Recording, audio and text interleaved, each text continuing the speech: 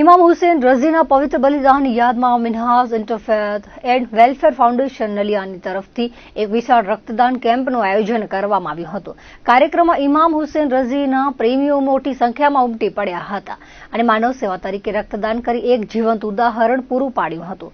હુસૈનિયત ફક્ત યાદ નથી, તે હમદર્દી અને ઇન્સાફના જાગૃત સંદેશ સાથે જીવતી વાત છે. રક્તદાન કેમ્પ મેમણ જમાત ખાના નલિયા મધ્ય આયોજન કરવામાં આવ્યું હતું. તેમાં 177 બોટલ રક્ત એકત્ર કરવામાં આવ્યું હતું. રેડ ક્રોસ બ્લડ બેંકના સહયોગથી બ્લડ એકત્ર કરવામાં આવ્યું હતું. નલિયા નગરના લોકો દ્વારા મિન્હાજ ફાઉન્ડેશનની આ અનોખી પ્રવૃત્તિનું હૃદયપૂર્વક સ્વાગત કરવામાં આવ્યું હતું. કાર્યક્રમની સફળતા માટે મિન્હાજ ઇન્ટરફેથ એન્ડ વેલફેર ફાઉન્ડેશનની સમગ્ર ટીમે સહભાગી બન્યા હતા. ફાઉન્ડેશનના સભ્યો અને નલિયાની જનતાએ સંકલ્પ લીધો કે તેઓ ઇમામ હુસેન રઝીના પવિત્ર સંદેશને જીવનમાં ઉતારીને માનવતાની સેવા માટે હંમેશા તૈયાર રહેશે. આજરોજ મોહરમ મહિનામાં ઇમામ હુસૈનની યાદમાં બ્લડ ડોનેશન કેમ્પ રાખવામાં આવે છે. ગયા વર્ષે પણ 200 બોટલ જેવું અમે રક્તદાન કર્યું હતું. આ વખતે પણ 200 બોટલનું ટાર્ગેટ રાખ્યું છે અને આ એક નવી પેશકશ છે અમારી blood donation. Minhaj Interfaith Welfare Foundation India એના અંતર્ગત અને રેડ ક્રોસ સોસાયટીની મદદથી બ્લડ ડોનેશન કેમ્પ રાખવામાં આવ્યું છે. સમગ્ર ભારત દેશના પનોતા પુત્ર એવા સ્વામી વિવેકાનંદજીની આજે 61મી પુણ્યતિથિ નિમિત્તે જિલ્લા મથક ભુજમાં ભારતીય જનતા પાર્ટી તેમજ નગરપાલિકા દ્વારા શ્રદ્ધાસુમન અર્પણ કરવામાં આવ્યા હતા. સ્વામી વિવેકાનંદજીનો જન્મ 12 જાન્યુઆરી 1863માં કલકત્તામાં થયો હતો. તેમના કાર્યો તેમજ ધર્મ પ્રત્યેના દ્રષ્ટિકોણથી ભાગે જ કોઈ અજાણ હશે. માત્ર 39 વયની આવરદા ભોગવીને 4 જુલાઈ 1902માં દુનિયાને અલવિદા કહી દીધું હતું. તેઓ પોતાના સમયથી ઘણું આગળ વિચારનારા તેમજ હિન્દુ સંસ્કૃતિનો ઊંડો અભ્યાસ ધરાવતા હતા. જે સમયે ભારતની જાદુગર અને મદારીઓના દેશ તરીકે ઓળખવામાં આવતો હતો, તે સમયે વિવેકાનંદે શિકાગોમાં યોજાયેલી વિશ્વ ધર્મ પરિષદમાં કરેલું સંબોધન ઇતિહાસમાં સોનેરી અક્ષરોએ લખાયેલું છે. આવા રાષ્ટ્રપુરુષોને દુનિયા આજે પણ યાદ કરે છે. સ્વામી વિવેકાનંદજીની પુણ્યતિથિ પ્રસંગે ભુજમાં આવેલી પ્રતિમાને શહેર ભાજપ તેમજ નગરપાલિકાના હોદ્દેદારો દ્વારા હારારોપણ કરી શ્રદ્ધાંજલિ અર્પણ કરવામાં આવી હતી. આ પ્રસંગે ભુજના ધારાસભ્ય કેશુભાઈ પટેલે જણાવ્યું હતું કે સ્વામી વિવેકાનંદજી નાની ઉંમરે રાષ્ટ્રહિત અને સનાતન સમાજ માટે જીવન જીવ્યા. તેમનું જીવન ચરિત્ર વાંચીને તેમણે કરેલા કાર્યો યાદ કરી અને તેમના જીવનમાંથી પ્રેરણા લેવાનો અનુરોધ કર્યો હતો. આ પ્રસંગે ધારાસભ્ય કેશુભાઈ પટેલ, રશ્મિબેન, મિત ઠક્કર, દિવ્યરાજસિંહ જાડેજા, જયંત ઠક્કર, કાસમ ઢાલા, સંજય, રસીલાબેન પંડ્યા, કૃષ્ણબા જાડેજા, દર્શક અંતાણી ઉપરાંત ભારતીય જનતા પાર્ટીના હોદ્દેદારો, કાર્યકરો, નગરપાલિકાના પ્રમુખો, કાઉન્સિલરો, ચેરમેન સહિત બહોળી સંખ્યામાં લોકો ઉપસ્થિત રહ્યા હતા. સ્વામી વિવેકાનંદની પુણ્યતિથિ પ્રસંગે ભુજ શહેર સ્વાભાવિક છે કે આવા રાષ્ટ્રપુરુષોની જન્મ જયંતિ પુણ્યતિથિ ઉપર શ્રદ્ધાસુમન કરીને એને યાદ કરીએ. સ્વાભાવિક છે કે કોઈ પણ આ રાષ્ટ્રના હિત માટે આઝાદીથી પહેલાં, આઝાદી પછી રાષ્ટ્રની ચિંતા કરી છે. આ દેશની ચિંતા કે આવા રાષ્ટ્રપુરુષો ઉપરથી આવા પ્રસંગે આપણે પણ એનામાંથી કંઈક શીખીએ, એના જીવન ચરિત્ર ઉપર વાંચીએ અને એનામાંથી કંઈક આપણે પણ જીવવાનો પ્રયત્ન કરીએ. સ્વામી વિવેકાનંદ નાની ઉંમરે જેને જીવન જીવ્યા છે, જે રાષ્ટ્રના હિત માટે અને સનાતન સમાજ માટે જે વિદેશમાં જઈ અને જેને એક વાત કરી, વાત આજે દેશ અને દુનિયા પણ આજે યાદ કરે છે. ત્યારે આજે પુણ્યતિથિ પ્રસંગે નગરપાલિકાના પ્રમુખો, નગરપાલિકાના કાઉન્સિલરો, ચેરમેનો, ભારતીય જનતા પાર્ટીના સૌ હોદ્દેદારો એના પુણ્યતિથિ પ્રસંગે હારારોપણ કરીને યાદ કરીને કાંઈક એનામાંથી શીખ મેળવી એવી આ સ્વાભાવિક છે કે આટલા માટે જ આવા કાર્યક્રમ થતા હોય અને એનામાંથી જીવનમાંથી ચરિત્ર જ્યારે એક સાલમાં યાદ કરી એને એના જીવનમાંથી જેમ લઈએ એમ આપણે પણ ક્યાંક અનુસરીએ. એટલા માટે આજે સ્વામી વિવેકાનંદની પુણ્યતિથિએ શ્રદ્ધાસુમન કરીને આપણે પણ થોડુંક આનંદ થાય કે આવા વીર પુરુષોને જે યાદ કરીને લોકો વચ્ચે, લોકો માટે જીવનારા માણસોનું યાદ કરી મોટી વાત છે. પ્રવાસન ક્ષેત્રે હરણફાળ ભરી રહેલા કચ્છના ઐતિહાસિક અને ધાર્મિક સ્થળોના વિકાસ માટે રાજ્ય પ્રવાસન વિભાગ દ્વારા વધુ 28 કરોડ 16 લાખની ફાળવણી કરવામાં આવી છે. કચ્છના સરહદી વિસ્તારમાં પૌરાણિક ધરોહર ગણાતા લખપતના ઐતિહાસિક કિલ્લાના વિકાસ માટે પ્રવાસન વિભાગ દ્વારા 18 કરોડ 16 લાખની ફાળવણી કરાઈ છે. આ ઉપરાંત કચ્છનો સૌથી મોટો લોકમેળો ભરાય છે તેવા મિની તરણેતર તરીકે ઓળખાતા નખત્રાણા તાલુકામાં આવેલા યક્ષ મંદિરના વિકાસ માટે પણ 10 કરોડની ફાળવણી કરવામાં આવી છે. અબડાસાના ધારાસભ્ય પ્રદ્યુમનસિંહ જાડેજાએ રાજ્યના મુખ્યમંત્રી ભૂપેન્દ્ર પટેલ, પ્રવાસન મંત્રી મુળુભાઈ બેરાનો આભાર વ્યક્ત કરતા જણાવ્યું હતું કે ઐતિહાસિક અને ધાર્મિક સ્થળોના વિકાસથી આ વિસ્તારના પ્રવાસનને વધુ વેગ મળશે. ચોમાસાની સિઝનમાં ભરાયેલા પાણીમાં બેસવાથી કે વરસાદમાં પલળવાથી અથવા તો વરસાદી પાણીમાં ચાલવાને કારણે પશુઓ રોગગ્રસ્ત બનતા હોય છે, જેને કારણે દૂધ ઉત્પાદન ઘટતું હોય છે.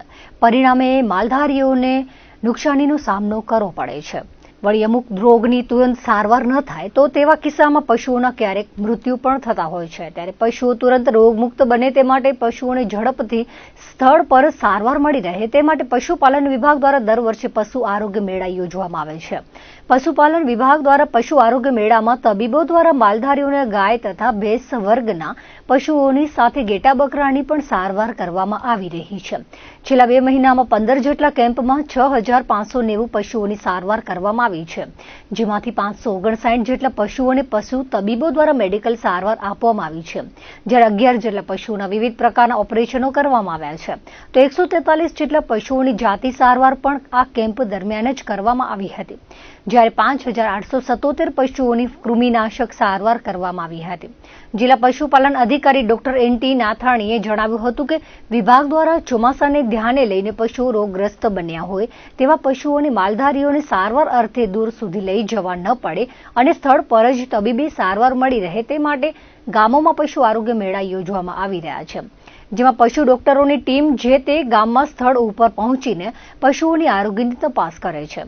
વધુમાં જણાવ્યું હતું કે અબડાસા તાલુકામાં યોજાયેલા કેમ્પમાં 443 પશુની સારવાર કરવામાં આવી હતી, જેમાં 47ની મેડિકલ સારવાર, 1 પશુનું ઓપરેશન અને 2 પશુની જાતિ સારવાર તથા 383 પશુની કૃમિનાશક સારવાર કરવામાં આવી હતી. તો અંજાર તાલુકામાં 4 કેમ્પમાં 1997 પશુઓની સારવાર કરાઈ હતી, જેમાં 119ની મેડિકલ સારવાર, 29 પશુની જાતિ સારવાર તથા 1849 પશુની કૃમિનાશક સારવાર કરવામાં આવી હતી.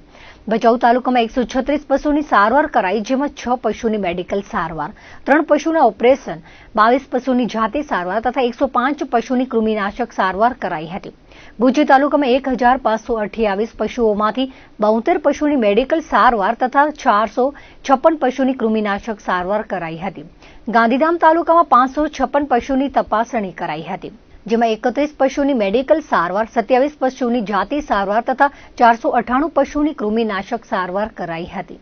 લખપતમાં 2 કેમ્પમાં 479 પશુઓમાંથી 113 પશુની મેડિકલ સારવાર, 3 પશુની જાતિ સારવાર તથા 363 પશુની કૃમિનાશક સારવાર કરાઈ હતી. માંડવીમાં 2 કેમ્પ યોજાયા હતા, જેમાં 780 પશુની સારવાર કરાઈ હતી, જેમાં 63 પશુની મેડિકલ સારવાર, 6 પશુની જાતિ સારવાર તથા 711 પશુની કૃમિનાશક સારવાર કરાઈ હતી. નખત્રાણામાં 489 પશુઓની તપાસણી દરમિયાન 39 પશુની મેડિકલ સારવાર, 450 પશુની કૃમિનાશક સારવાર અપાઈ હતી. તો રાપર તાલુકામાં 585 પશુઓમાંથી 19 પશુની મેડિકલ, 4 પશુના ઓપરેશન, 52 પશુની જાતિ સારવાર તથા 510 પશુની કૃમિનાશક સારવાર કરાઈ હતી. ચોમાસામાં વધારે પડતું ગાયો ભેંસોમાં ગળસુંડાનું બીમારી જોવા મળતી હોય છે, તેમજ ઘેટા બકરાઓમાં પણ ઘણી વખત પગમાં ચાંદા પડી જાય ને એવું જોવા મળતું હોય છે. તો આના માટે આગોતરું આયોજનો જોઈએ છે અમારું. અમે એપ્રિલ, મે અથવા તો જૂન માસમાં વરસાદ પડે એ પહેલાં જ ગળસુંડાનું વેક્સિનેશન દરેક પશુઓમાં, ગાયો ભેંસોમાં કરતા હોઈએ છીએ. વરસાદની સિઝનમાં પશુઓની માવજત ખાસ તકેદારી માંગી લે છે. વરસાદ દરમિયાન જમીન અને હવા સતત ભેજવાળી રહેતી હોવાથી પશુઓમાં વિવિધ રોગ દેખા દેતા હોય છે, જે પૈકીના કેટલાક રોગોને અટકાવવા પશુઓને રસીકરણ કરવામાં આવે છે.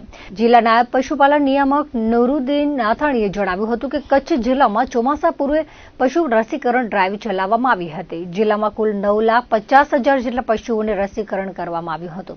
કોઈ પણ પશુ રસીકરણથી વંચિત ન રહે તે અંગે તકેદારી રાખવામાં આવી. એ સિવાય કદાચ મોવાનું વેક્સિનેશન છે એ પણ અમે ફેબ્રુઆરી, માર્ચ મહિનામાં આખો રાઉન્ડ હતો. એમાં દરેક કચ્છ જિલ્લામાં લગભગ 9,50,000ની આસપાસ પશુઓને કવર કરવામાં આવ્યા છે. અને અત્યારે તો સરકારે એક વધારાનું સ્ટેપ લીધું છે કે કચ્છ છે એને એફએમડી ફ્રી ઝોન તરીકે ડિક્લેર કરવા જઈ રહ્યા છે. તો એના માટે પણ કચ્છ જિલ્લામાં એક પણ પશુ એફએમડી વેક્સિનથી વંચિત ના રહે, કારણ કે એફએમડી વેક્સિન નાબૂદ થઈ જાય એ માટેના પ્રયત્નો છે. અને બહારના જિલ્લાઓમાંથી પણ જે પણ પશુ આવે કચ્છમાં તો એને પણ એફએમડીનું વેક્સિનેશન ફરજિયાત થયેલું હોવું જોઈએ. એના માટે 3 જગ્યાએ ચેકપોસ્ટ પણ બનાવવાનું અત્યારે સરકારે નક્કી કરેલું છે. એટલે બીમારી ના આવે એના માટે થઈ અને ઘણું સરકાર લેવલે ચિંતિત છે. પશુપાલકોને કેમ વધારે ફાયદો થાય, રોગ ઓછો આવે એના માટે અમે પ્રયત્નો કરી રહ્યા છીએ. 22મી જૂને વિશ્વ ઊંટ દિવસ તરીકે ઉજવવામાં આવે છે. આ દિવસે જિલ્લા પશુપાલન વિભાગ દ્વારા પણ જિલ્લાના વિવિધ વિસ્તારોમાં ઊંટના આરોગ્યલક્ષી કાર્યક્રમોનું આયોજન કરવામાં આવ્યું હતું. ઊંટમાં સામાન્ય રીતે જોવા મળતા ચકરી અને ચામડીના રોગોની સારવાર માટે આયોજન કરાયું હતું. ઊંટને એન્ટ્રોમેસ વેક્સિનેશન કરી સુરક્ષિત કરવામાં આવ્યા હતા. હમણાં 3 કેમ્પ જે રિસેન્ટ કરવામાં આવ્યા એ ઊંટોમાં એન્ટીસરા અને એન્ટી મેન્જ માટેના કેમ્પ કરવામાં આવ્યા. એમાં 22 જૂને વર્લ્ડ કેમલ ડે તરીકે માલધારીઓ ઉજવે છે, તો એના નિમિત્તે અમે સણોસરામાં કેમ્પ કર્યો હતો. એ સિવાય અત્યારે હમણાં ભચાઉમાં પણ એક ઊંટો માટે કેમ્પ કરવામાં આવ્યો અને રાપરમાં પણ એક ઊંટોનું એન્ટીસરા એન્ટીમેન્જ કેમ્પ કરવામાં આવ્યો. એમાં જનરલી ઊંટોમાં ચકરીની બીમારી છે, જેને માલધારીની ભાષામાં ફીટોળો કહેતા હોય છે, તો એ બીમારી ન થાય એના માટે થઈ અને એને ઇન્જેક્શન લગાડવામાં આવે છે, જેનું 1 વર્ષની શક્તિ રહે છે. એ સિવાય ચામડીના રોગ થતા હોય છે, એ પણ ન થાય એના માટે અમે આઈવરમેક્ટિન અથવા ડેક્ટોમેક્સના ઇન્જેક્શન દરેક કેમલને લગાડવામાં આવતા હોય છે. તો દર્શક મિત્રો, આ હતા અત્યાર સુધીના કચ્છ ઉદર ટીવી સમાચાર. ફરી મળીશું નવા સમાચારો સાથે, નવી અપડેટ સાથે. ત્યાં સુધી મને રજા આપશો. નમસ્કાર.